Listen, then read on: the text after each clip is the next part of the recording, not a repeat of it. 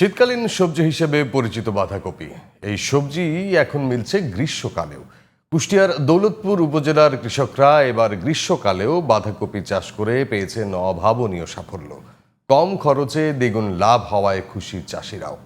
যেটার চাহিদা মিটিয়ে এই বাঁধাকপি সরবরাহ হচ্ছে রাজধানী ঢাকা, চট্টগ্রাম সহ দেশের বিভিন্ন অঞ্চলে। কুষ্টিয়া প্রতিনিধি কাজী সাইফুলের পাঠানো তথ্যচিত্রে বিস্তারিত জানাচ্ছেন প্রতিভা দাস। কুষ্টিয়ার সীমান্ত ঘেঁষা কৃষি প্রধান উপজেলা দৌলতপুর।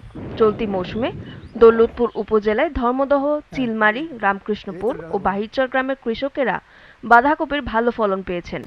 শীত মৌসুমের তুলনায় গ্রীষ্মে অল্প খরচে বেশি লাভ হওয়ায় দিন দিন এই চাষের প্রতি আগ্রহী হচ্ছেন এ জেলার কৃষকেরা।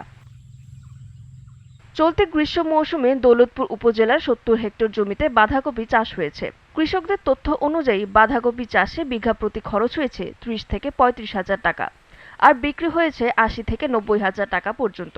খরচ বাদে গড়ে ৩৫ থেকে ৪০ হাজার টাকার লাভ পাচ্ছেন কৃষকেরা। তবে কেউ কেউ আবার ক্ষতিগ্রস্ত হয়েছেন এই চাষে। ফলন ভালো হয়, একটা কপি ৫০-৬০ টাকা ৪০ টাকা করে বিক্রি হয় একটা কপি পিস। ৩ মাস পরে ১ লাখ টাকা বিক্রি হবে এক বিঘি। হয়তো আবাদে যদি পচা ধরে যদি নষ্ট হয়ে যায় তাহলে লস হবে, আর যদি বাজার অনুমতে যদি দাম পাই তো ভালোই লাভ হয়। শীতকালে থেকে এখন বেশি লাভ হয়। ওই ডোঙার মধ্যে পানি দেওয়া হয়, ওইখানে কি গরম হয়, পানিতে ওইখানে আস্তে আস্তে পচা লাগে।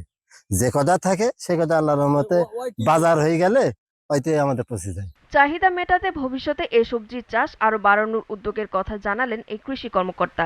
আমরা কৃষি বিভাগের পক্ষ থেকে আমাদের যারা সবজি চাষি আছে, বিশেষ করে অমৌসুমে যেসব সবজি চাষ হয়, আমরা বিভিন্ন প্রকল্পের মাধ্যমে তাদেরকে প্রশিক্ষণের ব্যবস্থা করেছি।